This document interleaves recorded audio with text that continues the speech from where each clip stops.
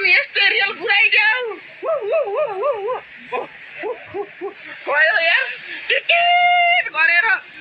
केपी बा तिम्रो रियल त यतातिर कुट्दैछ हाम्रो नेपालमा यस्तो ट्रेन उडाइदेऊ अनि बल्ल हामी नेपाल आउँछ हैन भने हामी त नेपाल आउँदैन बुझ्यौ नि केपी बा हाम्रो पैसा हो के हाम्रो नेपालमा यस्तो रेल कुट्ने यार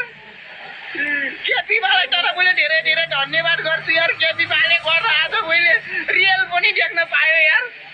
कहाँ गयो म त्यहाँभित्र बसेँ यार मैले एकछिनमा आउँछ अहिले त्यही रेलमा चढ्न जाने म केपी बा